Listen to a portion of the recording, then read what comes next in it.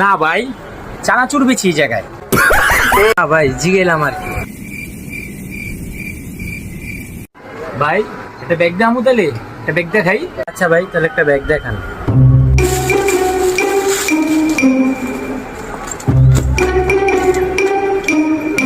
আচ্ছা ভাই, এটা কি স্কুল ব্যাগ?